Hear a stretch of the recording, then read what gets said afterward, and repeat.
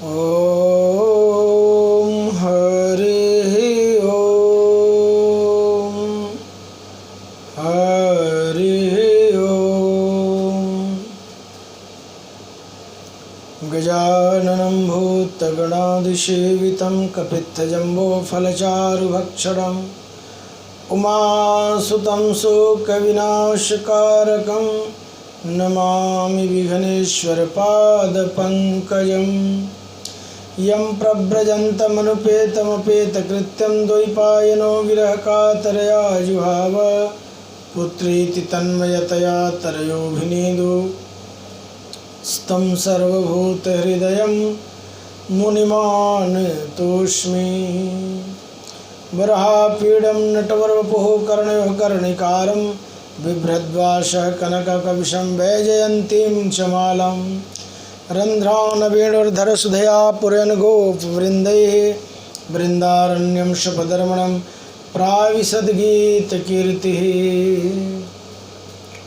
अतुलितबलधामं हेमशैलाभदेहं धनुजवनकृशानं ज्ञानिनामग्रगण्यं सकलगुणनिधानं वानराणामधीशं रघुपतिप्रियभक्तं वातजातं नमामि। समुपस्थित भक्तजन, सनातन धर्मावलंबियों, जिज्ञासु आत्माओं, आनंद कंद भगवान श्री कृष्ण चंद्र की अमृतमयी ज्ञानमयी और मोक्षमयी श्रीमद् भागवत कथा का रसपान कर रहे जगत के जड़ और चेतन सबको शुभ मंगल, सबको शुभ मंगल। सत्संग में प्रवेश करने से पूर्व हरि नाम स्मरण करें, मन वाणी को पवित्र करें। ओम नमो भगवते वासुदेवाय।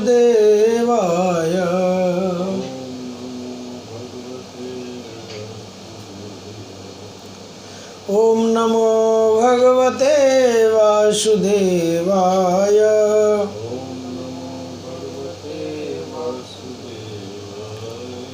ओम नमो भगवते वासुदेवाय।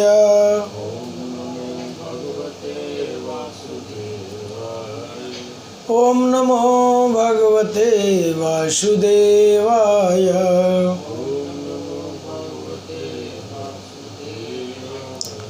वासुदेवाय प्रभु वासुदेवाय।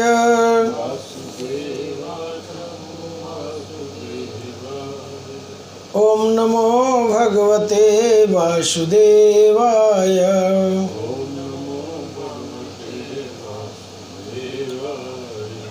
वासुदेवाय प्रभु वासुदेवाय।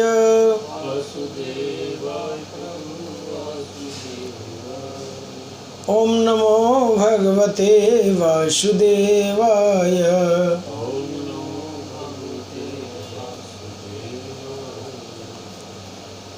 हरिओम।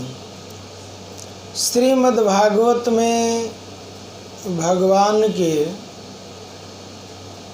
अति कृपालु और अति दयालुता के अद्भुत अद्भुत कई प्रसंग आते हैं,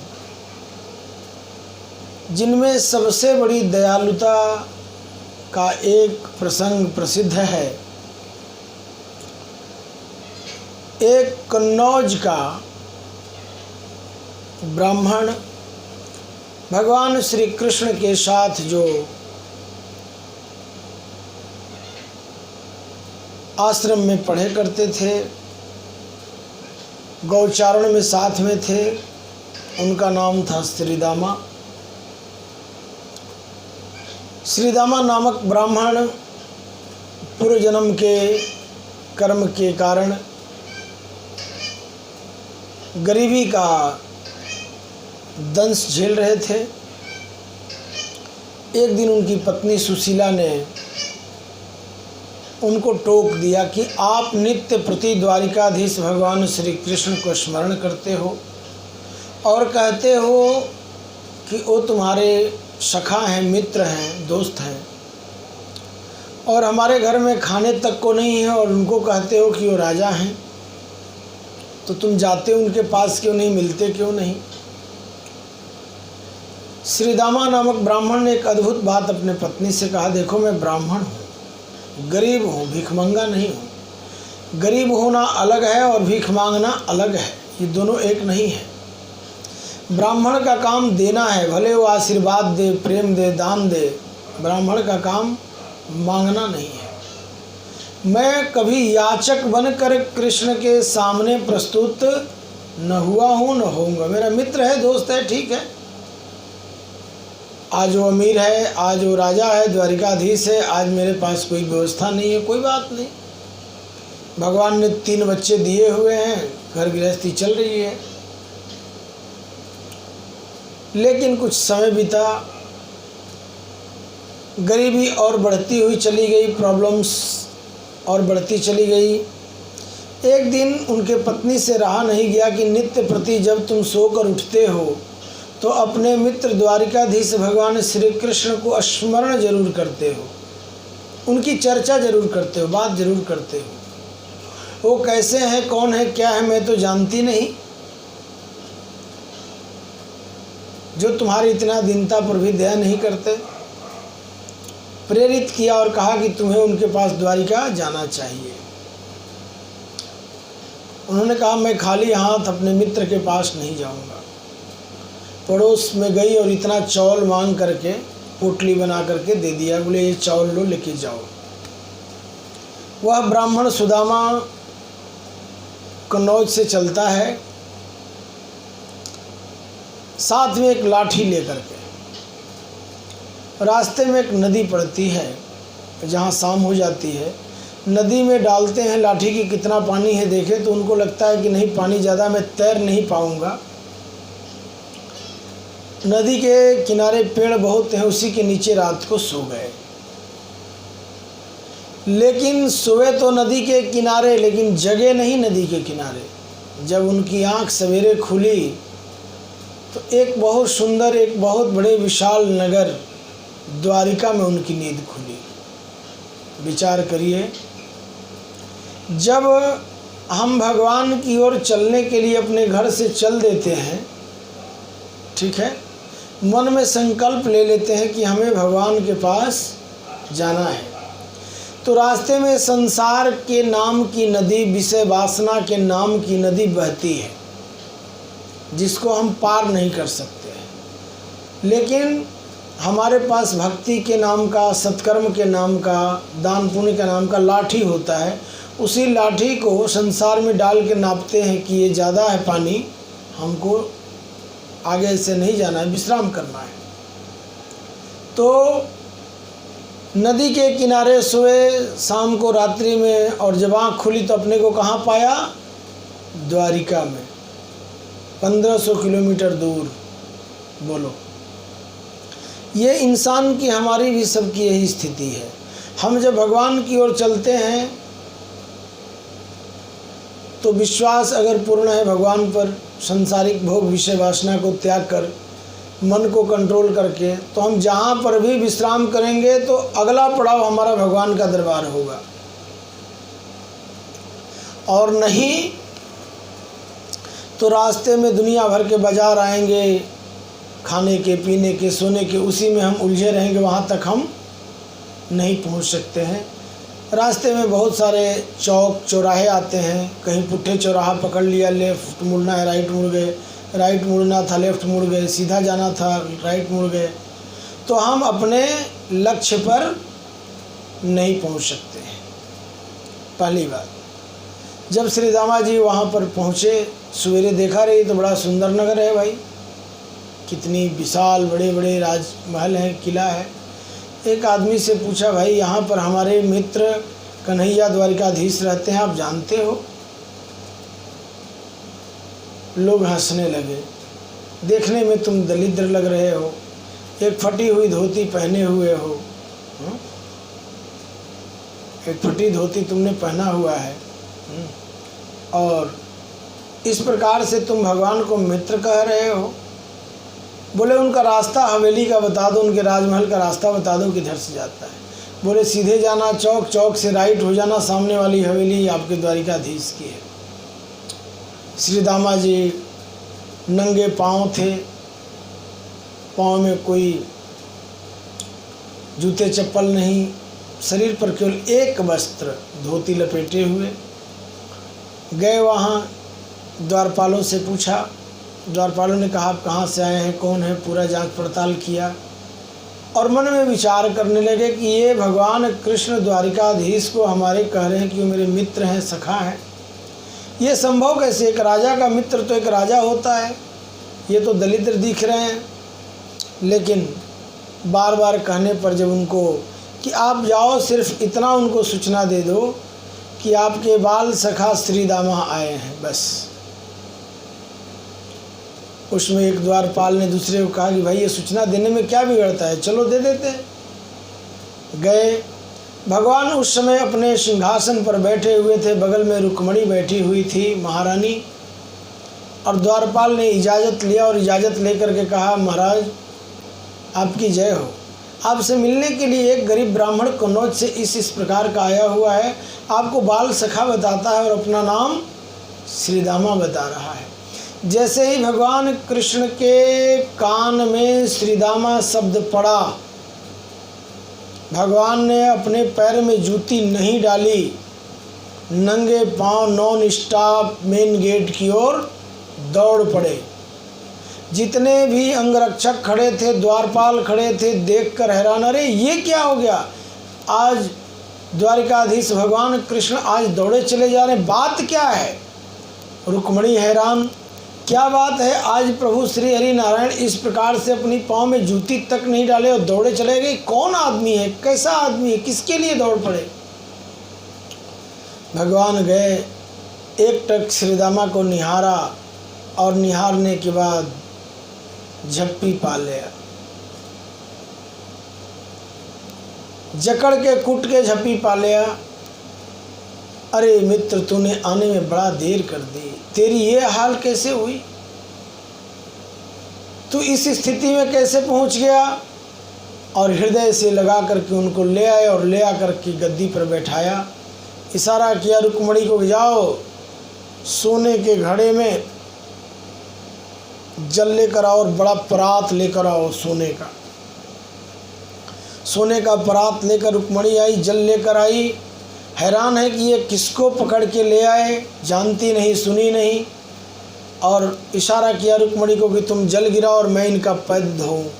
भगवान कृष्ण ने श्रीदामा के दोनों पैरों को रगड़ रगड़ के धोया और जल गिरा रही है रुक्मणी। जल गड़वी का सोने के घड़े का ख़त्म हो गया। भगवान कृष्ण के आँखों से आंसू गिर रहा है और वो उनके चरण पर पड़ रहा, उसी से पैर धो रहे हैं। इतने बड़े बड़े छाले तुम्हारे पैर में,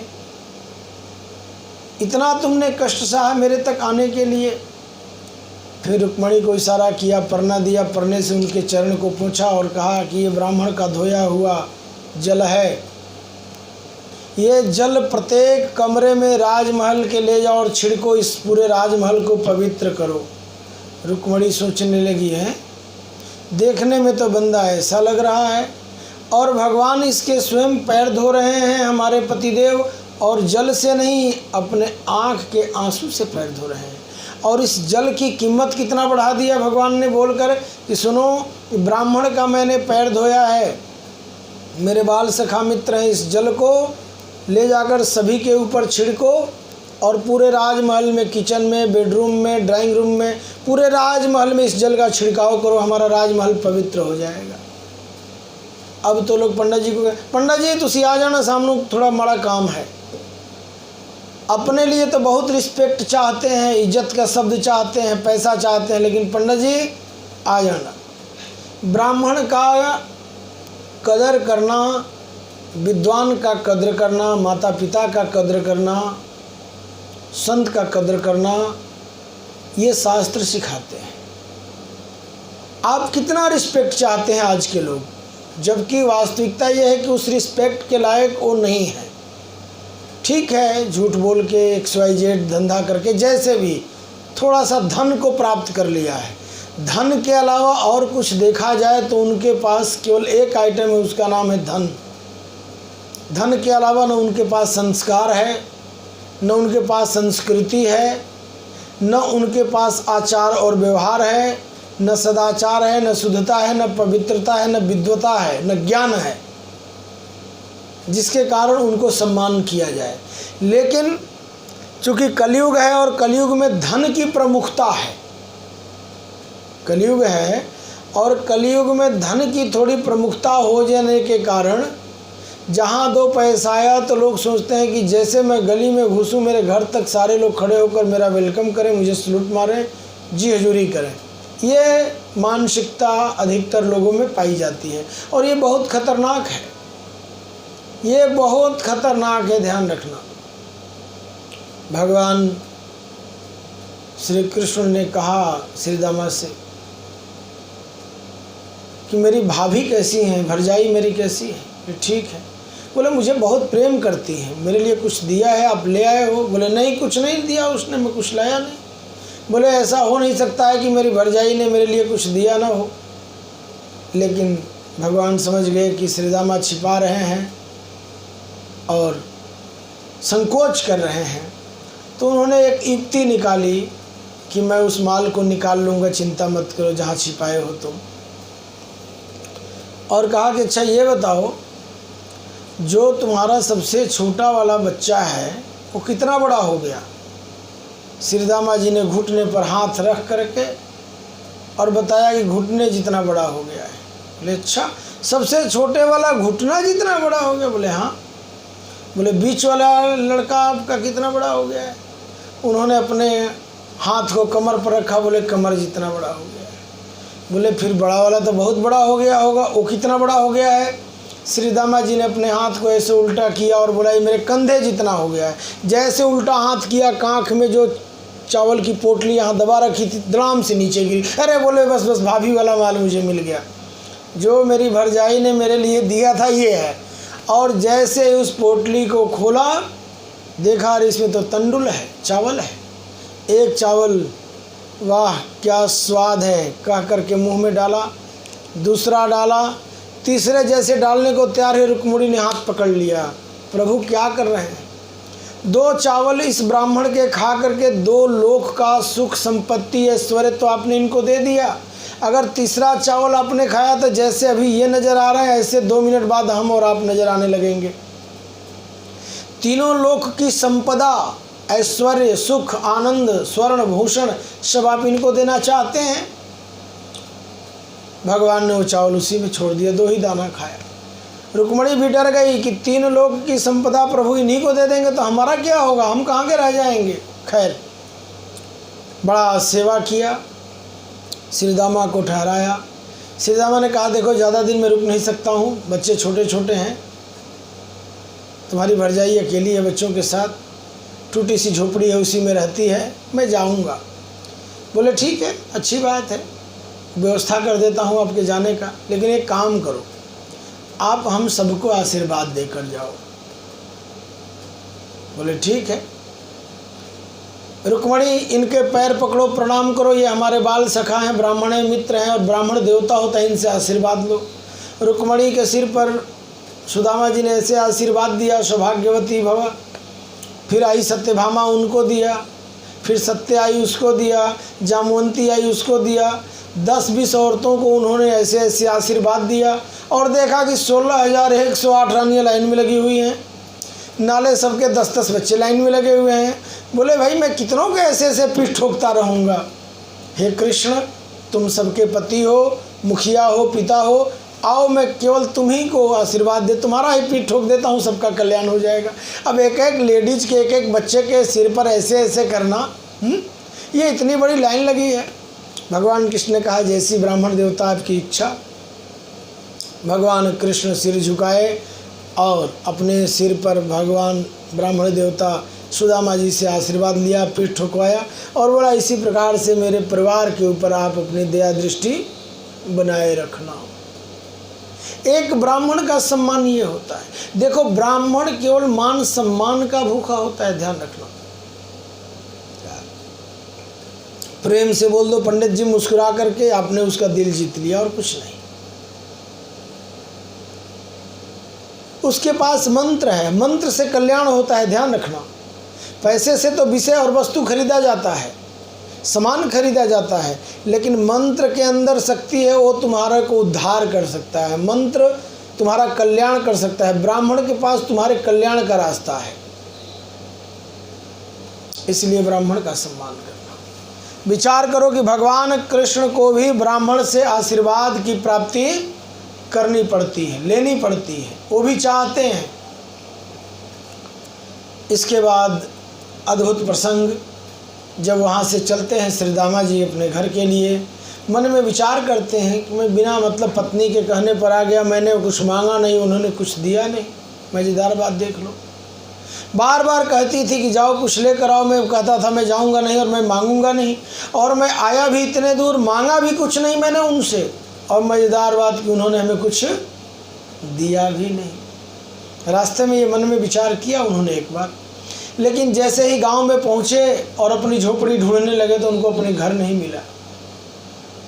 पूछते हैं एक पड़ोसी से, अरे भाई मेरे 3 बच्चे, मेरी पत्नी थी, एक छोटी गाय बंधी हुई थी, झोपड़ी कहाँ गई? यहीं तो थी आसपास। तब तक तीसरे मंजिल हवेली से उनकी पत्नी सुशीला आवाज़ देती है, अरे उधर कहाँ देख रहे हो जी, देखो देखो छज्जे देखो, खब्बे देखो, इधर मैं यहाँ हूँ। अरे बोले ये क्या, यहाँ तो मेरी झोपड़ी थी, यहाँ लोगों का कच्चा पक्का मकान था, ये हवेली कहाँ से? बोले पता नहीं पतिदेव, मैं रात में तो सोई थी झोपड़ी में ही आपके जाने के बाद, लेकिन जब प्रातः काल मेरी नींद खुली तो मैं इस हवेली के अंदर थी। सोने चांदी के दरवाजे बने हुए हैं, हवेली में नौकर चाकर दुनिया भर के भरे पड़े हैं, ऐश्वर्य सुख आनंद भोग भरा पड़ा हुआ है। भगवान कृष्ण की कृपा को देख करके श्रीदामा के आंखों में आंसू आ गए। छलिया कृष्ण, तुमने ठग लिया, मुझे बताया नहीं और यहाँ इतना सब कुछ आ करके भर दिया, तुमने कर दिया, अपनी लीला माया दिखा दी। मुस्कुराए पत्नी के साथ और उन्होंने कहा कि ये मेरे बाल सखा कृष्ण का प्रसाद है। भगवान कैसे कृपा करते हैं देखिए। इसके बाद एक अद्भुत प्रसंग, जब भगवान श्री कृष्ण कुरुक्षेत्र में लगे हुए सूर्य ग्रहण के समय द्वारिका से अपने पत्नियों के साथ पधारते हैं, और उस समय सूचना देते हैं गोकुल वृंदावन में अपने माता पिता को कि मैं सूर्य ग्रहण स्नान करने के लिए परिवार सहित कुरुक्षेत्र आ रहा हूँ।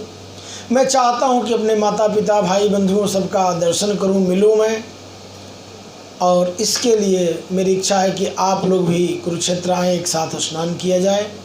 सभी लोग एक साथ आते हैं और यहाँ पर आकर के स्नान करते हैं।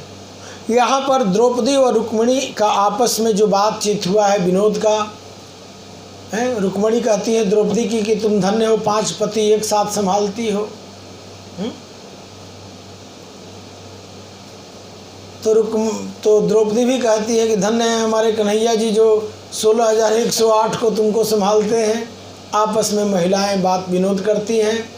इसके बाद वसुदेव जी यज्ञ करते हैं और इस यज्ञ में ऋषि मुनि हवन करने के लिए जप तप साधना आदि करने के लिए पधारते हैं, जहाँ पर भगवान श्री कृष्ण की स्तुति की जाती है। इसके बाद 5 पांडव यज्ञ करते हैं और उस 5 पांडव के यज्ञ में भगवान श्री कृष्ण का आगमन होता है। वहाँ पर जरासंध आता है कि मैं कृष्ण आ रहे हैं यज्ञ में, इनको मार डालूंगा, लेकिन यहाँ पर भीमसेन जरासंध को 2 टुकड़े में फाड़ करके मार डालते हैं। भगवान कृष्ण यज्ञ पूर्ण करके वापस जाते हैं। और देखें अद्भुत प्रसंग कि भगवान इस जगत के तत्व के बारे में संपूर्ण जगत को ज्ञान प्रदान करते हैं। इसके बाद अवधूत के रूप में भगवान दत्तात्रेय जी का जन्म होता है। दत्तात्रेय जी अपने जीवन में 24 गुरु बनाते हैं। कितने गुरु? 24 गुरु का प्रसंग आता है श्रीमद् भागवत में, जो दत्तात्रेय जी ने धारण किया। दत्तात्रेय जी ने पहले गुरु बनाया सर्वप्रथम धरती माता को। इस पर आदमी सोता है, खाता है, पीता है, मल करता है, मूत्र करता है, लेकिन धरती कभी भी कुपित नहीं होती है, क्रोधित नहीं होती है, सबको अपने उसमें समा लेती है। इसके बाद गुरु बनाया समुद्र को। कितना भी जल समुद्र में चला जाए वो उफनता नहीं है, जल बराबर रहता है। इसके बाद गुरु बनाया आकाश को। अपने आप को व्यापक रखो, किसी की क्षुद्र छोटी मोटी बातों में दिमाग लगाकर विचार लगाकर दूषित मत करो। इसके बाद गुरु बनाया वेश्या को। वेश्या के पास ग्राहक आए या न आए, टाइम से वो सज धज करके तैयार रहती है। शिक्षा लिया वेश्या से, ज्ञान लिया कि भगवान का दर्शन हो या न हो, नित्य प्रति मुझे भजन पूजन करना है। अगर हम नित्य प्रति भजन पूजन करेंगे टाइमली, आज नहीं तो कल, कल नहीं तो परसों, परसों नहीं तो नरसों, किसी न किसी दिन प्रभु को दर्शन देना ही पड़ेगा। जब हम उनकी बंदगी ही नहीं करेंगे, साधना ही नहीं करेंगे, तो हमें क्या प्राप्ति होगी। वेश्या सज धज करके अगर तैयार होकर के डेली अपने दुकान पे नहीं बैठेगी तो ग्राहक कब आया कब गया उसको क्या पता चलेगा। वेश्या से भी उन्होंने ज्ञान लिया। इसके बाद ज्ञान लिया कुत्ते से। कुत्ते को भी गुरु मान लिया। बोले तेरे से भी एक ज्ञान मुझे मिल रहा है भाई। वो क्या? बोले जरा सी आहट तू पाता है तो जग जाता है। इतना गहरी निद्रा में तू नहीं सोता कि कोई आ करके और यहाँ से कुछ उठा ले जाए, तो कम से कम सोने का ज्ञान लिया। इसके बाद अजगर को बनाया गुरु। अजगर को, भगवान पर विश्वास रखो, अजगर करे न चाकरी, पक्षी करे न काम, दास मलुका कह गए सबके दाता राम। मैं एक जगह स्थिर होकर के अगर साधना आराधना करूंगा तो 2 रोटी मुझे वहीं पर प्राप्त हो जाएगी, मुझे हाय हाय करने की ज़रूरत नहीं है।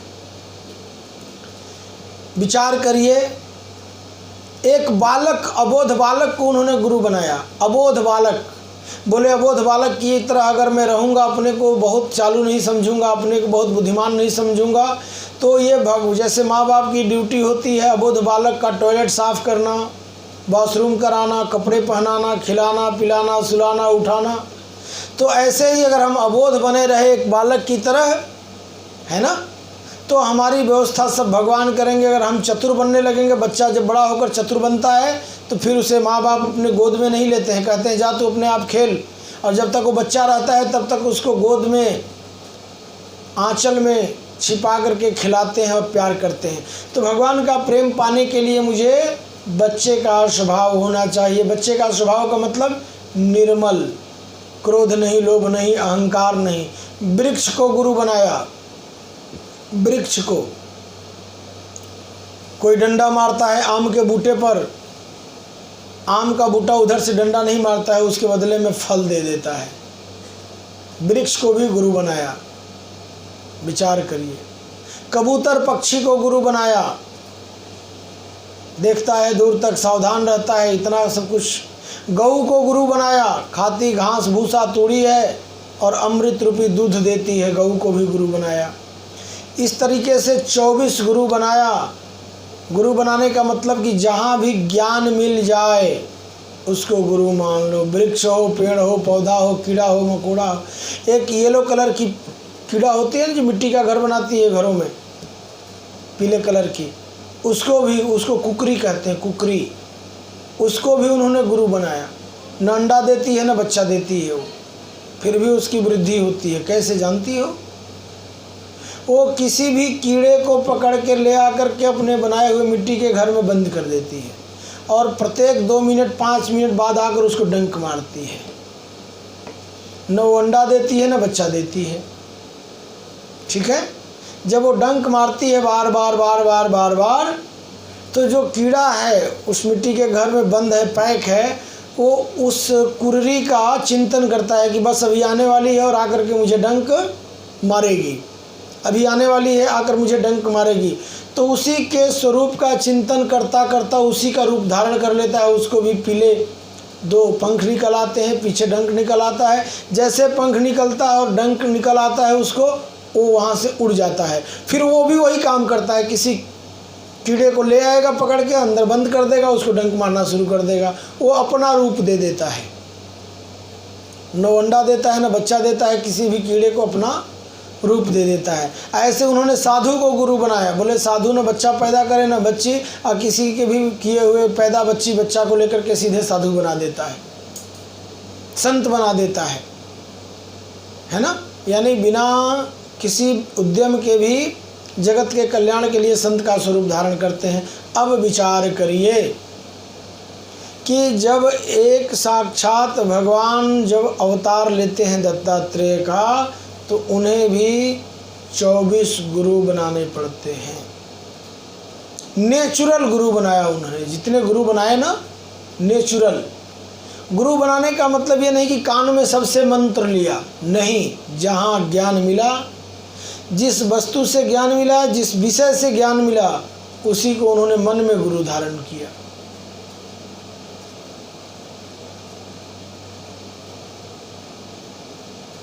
इस बात पर विचार करना। ज्ञान किसी से भी मिल सकता है, कहीं से भी मिल सकता है।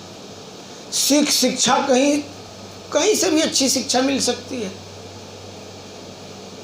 जरूरी नहीं कि एक ही जगह शिक्षा मिले, कहीं भी मिल सकती, किसी भी रूप में मिल सकती है।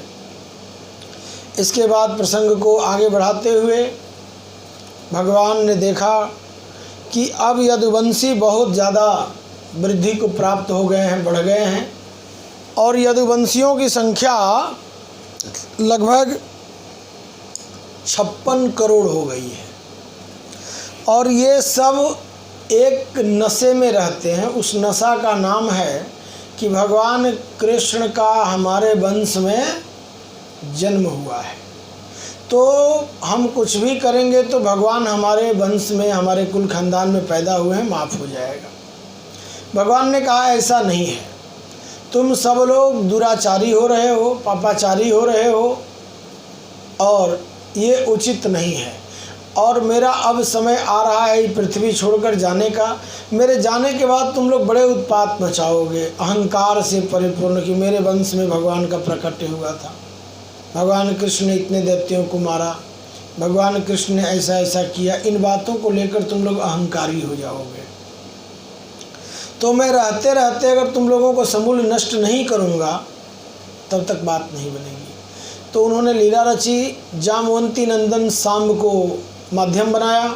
सांब ने अपने दुष्ट कुछ सखाओं के साथ पिंडारक क्षेत्र में पधारे हुए ऋषियों के पास पहुँचे, और पेट पर उन्होंने कपड़े लपेट दिया सांब के, और जाकर ऋषियों से मजाक में कहा कि महाराज, ये औरत गर्भवती है, ये बताइए कि लड़के को जन्म देगी कि लड़की को जन्म देगी। ऋषियों ने कहा, अरे दुष्ट यदुवंशियों, तुमने ऋषियों की, मुनियों की परीक्षा लेने के लिए किया है। इसके गर्भ में न स्त्री है न पुरुष है, यदुकुल का नाश इसके गर्भ से जन्म लेगा। थर थर कांपने लगे यदुवंशी कि ऋषियों ने तो श्राप दे दिया। बोले, हाँ, तुमने ऋषियों का मजाक उड़ाया है। सांब के पेट से जब हटाया कपड़ा जो गोल करके बांध रखा था, देखा इतना बड़ा लोहे का मूसल निकला। महाराज उग्रसेन को बताया जाकर के कि महाराज ऐसी ऐसी घटना घट गई है। महाराज उग्रसेन ने उस लोहे के मूसल को चूरा बनवा दिया, पिसवा करके समुद्र में डलवा दिया। सबसे लास्ट में उस मूसल का जो कील, ब्लेड के टाइप का एक कील बचा, उसको भी उन्होंने समुद्र में फेंकवा दिया। बोले यदुवंश का नाश न हो इसलिए डाल देते हैं। लेकिन उस कील को एक मछली निगल गई, मछली को एक पकड़ा बहेलिया ले आया, मछली को काटा, मछली को खा गया, और उस कील को अपने बाण पर, नुकीले बाण पर लगा दिया। और वो जितना चूरा पीस करके डाला गया था मूसल को, वो सब कटीले घास के रूप में पैदा हो गए समुद्र के अंदर जा कर के। भगवान ने तिथि मुहूर्त देखा, देवता लोग आए, भगवान से प्रार्थना किया, प्रभु अब आप पृथ्वी धरा धाम को छोड़ करके अपने वैकुंठ धाम को चलिए, अब आपकी लीला पूर्ण होने वाली है। भगवान ने देखा समय अब नज़दीक आ गया, अब इस प्रकार से हमें इस धराधाम को छोड़ना है। पिंडारक क्षेत्र में पहुँचे, समुद्र के किनारे, और वहाँ पर 56 करोड़ यदुवंशी जल में स्नान करने के लिए उतरे, और एक दूसरे के ऊपर पत्थर उछला। उसने सोचा कि इसने मेरे को उठाकर पत्थर मारा है, एक दूसरे पर पत्थर मारने लगे, और इसके बाद आपस में युद्ध हुआ, लड़ने लगे। किसी ने वही कनेर बांस की उखाड़ कर कटीले जो पेड़ उगे थे उसे एक दूसरे पर वार करने लगे। देखते देखते कुछ ही क्षणों में 56 करोड़ यदुवंशी आपस में लड़ करके समाप्त हो गए। भगवान ने देखा ये जरूरी था। ये इतने अहंकार में मद में चूर थे कि इनका और दूसरा कोई रास्ता नहीं था। अब मुझे जाना है बट वृक्ष के नीचे। भगवान ने एक पैर पर दूसरा पैर चढ़ाया, लेटे, और उनके पैर में पद्म था। पद्म चमक रहा था। बहेलिया ने दूर से देखा तो उसे लगा कि ये तोते की चोंच है, आँख है, ये चमक रही है। आँख संधान करके बाण मारा। बाण आकर के भगवान के तलवे में पैर में लगा। दौड़ करके बहेलिया आया, सोचा कि ये पक्षी है, मैं इसको पकड़ लूं। आकर देखता है तो भगवान श्री कृष्ण है। प्रभु, मैंने तो आपके पैर में जो चमक रहा था, मैंने सोचा पक्षी का चोंच है या आँख है, ये तो आपके पैर में पद्म है, पद्म चमक रहा था। प्रभु मुझे माफ़ करिए। भगवान ने कहा, देखो माफ़ करने वाली कोई बात नहीं है। मैंने रामावतार में तुमको मारा था, तुम बाली थे,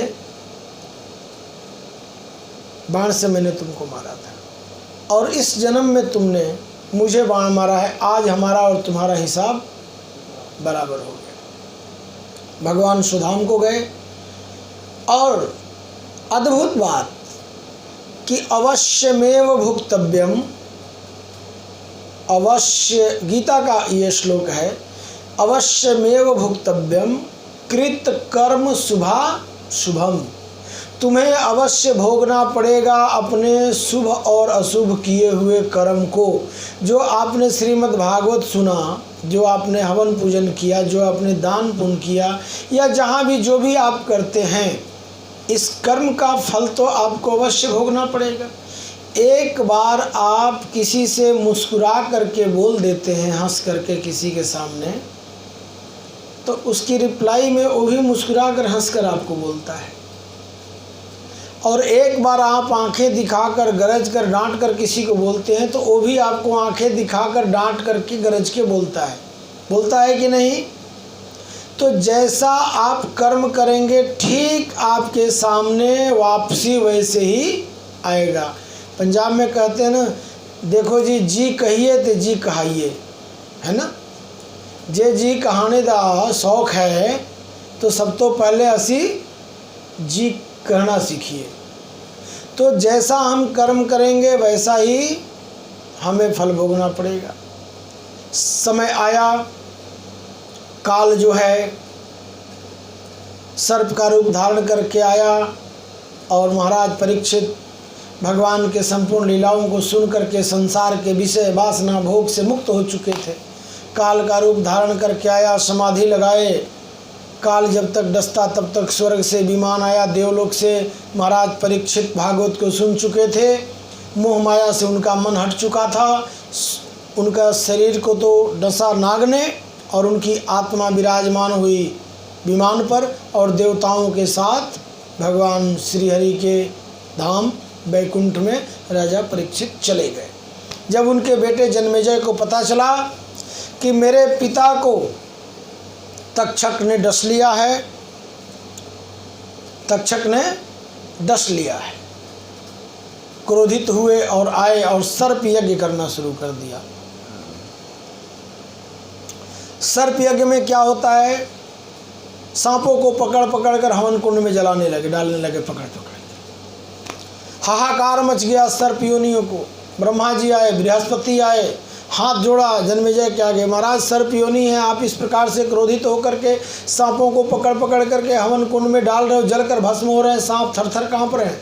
आज भी सांप अगर दिख जाए और जन्मेजय 3 बार बोल दो तो रास्ता बदल देता है। जन्मेजय के नाम सुनते ही सर्प अपना रास्ता बदल देते। कान में नाम पड़ जाए जन्मेजय, तुरंत रास्ता चेंज कर देते। जन्मेजय, आस्तिक मुनि आए, उन्होंने समझाया जन्मेजय को, आस्तिक का भी नाम लेंगे आप, आस्तिक, तो उनकी प्राण रक्षा के लिए अपना सांप रास्ता बदल लेता है। आस्तिक मुनि ने समझाया, महाराज ये सर्प हैं, ये भी 84 लाख योनियों में, इनको मुक्त करिए, इनको जलाइए मत, छोड़ दीजिए आप। आपके पिता ने जैसे जो कर्म किया था फल भोगा, लेकिन एक बात का आपको संतोष करना चाहिए कि श्रीमद् भागवत श्रवण करने के बाद उनका संसार से मोह माया समाप्त हो गया और उन्होंने आप जैसे तेजस्वी पुत्र को जन्म दिया था, आपको राजपाट दे दिया। अब वो तो स्वर्ग को चले गए। आस्तिक मुनि के समझाने पर सर्पों को प्राण दान दिया जन्मेजय जी ने। इसीलिए आस्तिक मुनि का नाम लेने से सांप आपको न काटेगा, न आपकी तरफ देखेगा, वो रास्ता तुरंत बदल देता है। सांप को देखते ही आस्तिक मुनि का नाम लीजिए, तुरंत सांप अपनी दिशा बदल देता है। दूसरी बात, जब जन्मेजय अपने पिता का श्राद्ध कर्म आदि शरीर का ये करके फ्री हुए तो उनके मन में विचार आया कि व्यास जी इतना सब कुछ जानते थे, लेकिन व्यास जी ने हमारे पिता के मृत्यु के लिए कुछ ऐसा उपाय नहीं किया, बताया नहीं, समझाया नहीं, वो बच सकते थे। अब देखिए, एक बात ये आप सब लोग अपने ऊपर थोड़ा लागू करना। बात बहुत कड़वी है, बहुत कड़वी बात कहने जा रहा हूँ शास्त्र की। साधु हो, संत हो, महात्मा हो, वेद शास्त्र हो, बड़े बुजुर्ग हो, माता पिता हो, इनकी बात लोग नहीं मानते हैं, नहीं सुनते हैं, करते मनमर्जी हैं। बात अगर तुमने शास्त्र की मान लिया तो लिख लो, तुम्हारे जीवन में दुख नहीं होगा। बात तुमने संत की मान लिया, विद्वान की मान लिया, ब्राह्मण की मान लिया, बड़े बुजुर्ग की मान लिया, माता पिता की मान लिया, तो तुम्हारे लाइफ में प्रॉब्लम नहीं आ सकती है। व्यास जी ने कहा, सुनो एक बात मैं तुम्हें बताऊं, कहूं मानोगे? बोले हाँ मानूंगा। बताइए। बोले मैं जानता हूं, मैं तुमको बताऊंगा, तुम मानोगे नहीं, करोगे अपने मन का, करोगे यार दोस्तों के मन का। बोले नहीं, आप मुझे बताइए, मैं मानूंगा। बोले नहीं मानोगे। आज भी लोग दोस्त की बात मानते हैं, बाप की बात नहीं मानते हैं, गुरु की बात नहीं मानते हैं, दोस्त की बात मानते हैं, शास्त्र की बात नहीं मानते हैं, दोस्त की बात मानते हैं, संत की बात नहीं मानते हैं, विद्वान ब्राह्मण की बात नहीं मानते हैं। बोले नाम जपना ते नाम जपोना यहो काम बाबियां दा। साडा काम तो है ऐश करो ते कैश करो ते मौज करो, खाओ पियो ऐश करो मित्रों।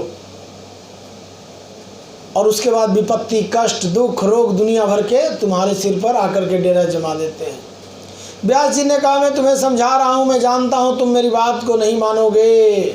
मानोगे तो बोलो बोलूँ? बोले हाँ मानूंगा। बोले बोलिए आप। बोले ठीक है, सुनो मैं तुमको बताता हूँ एक बात, ध्यान से सुनना। तुम अब राजा हो, तुम कोई यज्ञ मत करना, पहला आदेश। अगर यज्ञ करना तो उसमें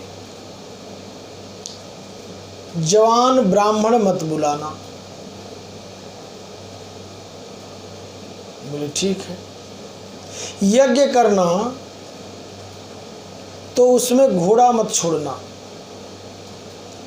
काला घोड़ा मत खरीदना, खरीद लेना तो उस पर बैठना मत, बैठना तो दक्षिण दिशा के ओर मत जाना, दक्षिण दिशा की ओर जाना तो नदी के किनारे घोड़ा रोकना मत, घोड़ा रोक देना। अगर वहाँ कोई सुंदर लड़की औरत दिखाई दे उसे बात मत करना, बात कर लेना तो अपने साथ लाना मत, अगर ले आना तो उसके साथ शादी मत करना, अगर शादी कर लेना तो उसके साथ कोई धर्म कर्म मत करना।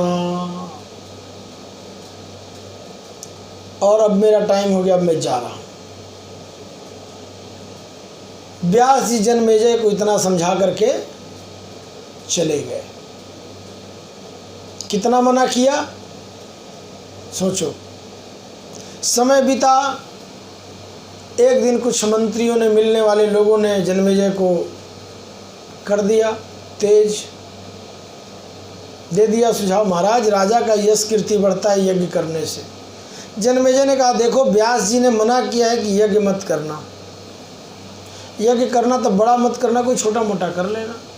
बोले महाराज ना कटवाओगे क्या छोटा मोटा यज्ञ करके? अरे व्यास जी बूढ़े हो गए हैं, बूढ़े आदमी की बात का क्या, बड़ा यज्ञ करो।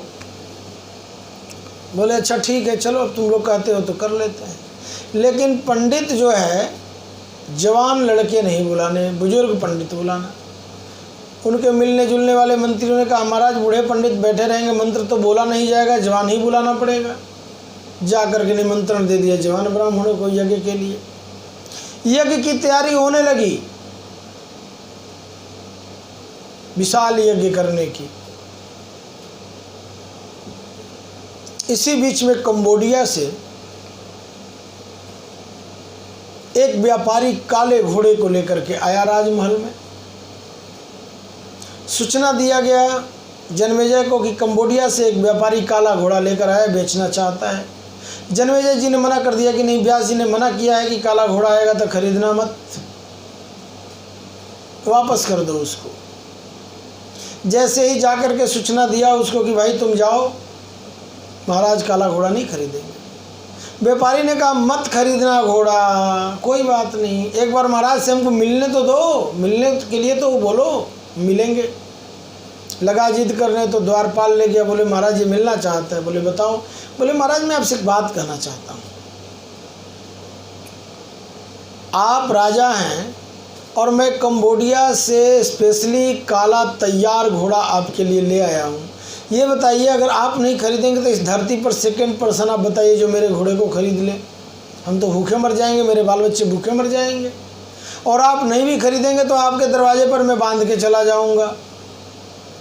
आखिर इस घोड़े को संभालेगा कौन, आपके अलावा कोई है धरती पर, तो मुझे बताइए। महाराज को दया आ गई, बोले अच्छा भाई ठीक है, ले जाओ, इसको पैसे दे दो और घोड़े को अस्तबल में जहाँ घोड़े रहते बांध दो, ले जाओ, हटाओ। घोड़ा भी ले लिया। अब देखिए इधर यज्ञ की तैयारी चल रही है, घोड़ा ले लिया, समय बीता। एक दिन अस्तबल में पहुंचे, घोड़े पर हाथ रखा तो बड़ा अच्छा लगा। तो जो घोड़े की सेवा करता था कहा महाराज पीठ पे हाथ मत रखिए, एक बार पीठ पर बैठिए तो सही, मैं लगाम पकड़ता हूँ। बोले नहीं, मना किया है व्यास जी ने घोड़े पर बैठना नहीं। अरे बोले व्यास जी बूढ़े आदमी के चक्कर में आप भी, नए ज़माने के नए आधुनिक लोग हैं, फैशन में आज की दुनिया डूबी है ना, फैशन के चक्कर में न जाने क्या खा लेते हैं, क्या पहन लेते हैं, क्या बोल जाते हैं, क्या करते हैं। बोले फैशन है, फैशन का दूसरा नाम है आफत, विपत्ति, रोग, दुख, कष्ट। उसका नाम एक शब्द में कहा जाए तो फैशन है ना। तो अरे बोले बैठिए तो सही, कहीं नहीं जाएगा घोड़ा, मैं इसका लगाम पकड़ता हूँ। अस्तबल में सेवा करने वाले घोड़े का बंदा जो है वो लगाम पकड़ा, महाराज बैठ गए घोड़े पर। अब जैसे महाराज घोड़े पर बैठे, घोड़े ने जोर से झटका मारा और उस बंदे के हाथ से लगाम छूट गया और नॉन स्टॉप घोड़ा राजमहल से बाहर निकला। महाराज को लेकर के नॉन स्टॉप दक्षिण दिशा में जा रहा है। महाराज का खोपड़ी घूम गया, रही ये क्या, ये तो घोड़ा दक्षिण दिशा में जा रहा है महाराज, अब मैं क्या करूं। व्यास जी ने मना किया था। खैर दक्षिण दिशा में गया, नदी के किनारे रुका घोड़ा। वहाँ पर एक सुंदर अकेली 20-22 साल की लड़की, गोरी चिट्टी नैन नक्श वाली दिखी। आई महाराज के पास, बोली कि देखिए मेरा कोई नहीं इस संसार में, मैं अकेली हूँ, अगर आप मुझे अपने साथ नहीं ले चलेंगे ना तो थोड़ी देर में शेर भालू आएगा और हमको खा जाएगा तो पाप आपको लगेगा, क्योंकि इस समय तो प्राण रक्षक के रूप में आप राजा हैं, राजा का काम है प्रजा की प्राण की रक्षा करना। जन्मेजय जी ने कहा देखो व्यास जी ने मना किया है कि सुंदर लड़की को मत ले आना। बोले आप नहीं ले जाएंगे तो आप अपजस के भागी बनेंगे। लड़की ने बनाया दबाव और उनके साथ घोड़े पर बैठी, चली आई राजमहल में। राजमहल में कुछ दिन रही। राजमंत्रियों ने कहा महाराज कितनी खूबसूरत लड़की है, कुंवारी है, ऐसे रखोगे तो अपजस लगेगा, रखना है तो ऐसा करो इसे शादी कर लो। अब लोगों की बात, कुछ तो लोग कहेंगे, लोगों का काम है कहना, कहते रहे लोग। जन्मेजय जी ने उस लड़की से शादी कर लिया। देखते जाओ, शादी करने के बाद जब यज्ञ की तैयारी चल रही है, अभी इसके बीच की घटना ये सब चल रही है। शादी कर लिया जी। अब वो सबसे जवान थी, खूबसूरत थी, तो हर काम में उसी के साथ है आगे आगे लगा रहा करते थे महाराज जन्मेजय। एक दिन की बात है, जिस दिन यज्ञ का घोड़ा छोड़ना था, घोड़ा छोड़ने के लिए तैयारी हुआ, पूजा की, और ये हुआ कि रानी को लेकर आप आइए महाराज, आपको घोड़ा छोड़ना है यज्ञ का। रानी आई, वही सुंदरी, और महाराज ने जैसे ही हाथ में जल ले करके और घोड़े के ऊपर जल का छिटा दिया पूजा करने के लिए, घोड़ा हिनहिनाने लगा। जैसे घोड़े ने हिनहिनाया, जितने नौजवान ब्राह्मण थे सब हंस पड़े। जब ब्राह्मण हंस पड़े तो जन्मेजय के दिमाग में एक उल्टी बात घुस गई कि ये मेरी सुंदर जो है, मैं थोड़ा उम्र दराज हो चुका हूँ और सबसे कम उम्र की खूबसूरत जो मेरे साथ ये लड़की मेरी रानी खड़ी है, इसको देख करके ये नौजवान ब्राह्मण हिनहिना हंस रहे हैं। उनके समझ में ये नहीं आया कि घोड़ा हिनहिनाया है जल फेंकने पर, है ना। तो ब्राह्मण हंस पड़े। उनको क्रोध आया कि मेरी रानी को देख करके तुम लोग हंस रहे हो, और क्रोधित होकर के निकाला तलवार और हजारों ब्राह्मणों का उन्होंने गर्दन काट डाला। उनको लग गया ब्रह्म हत्या, ब्रह्म हत्या लग गया। गल गल करके सारे अंगुलियां कट गई, चू गया गल गल करके, एक अंगुली नहीं बची।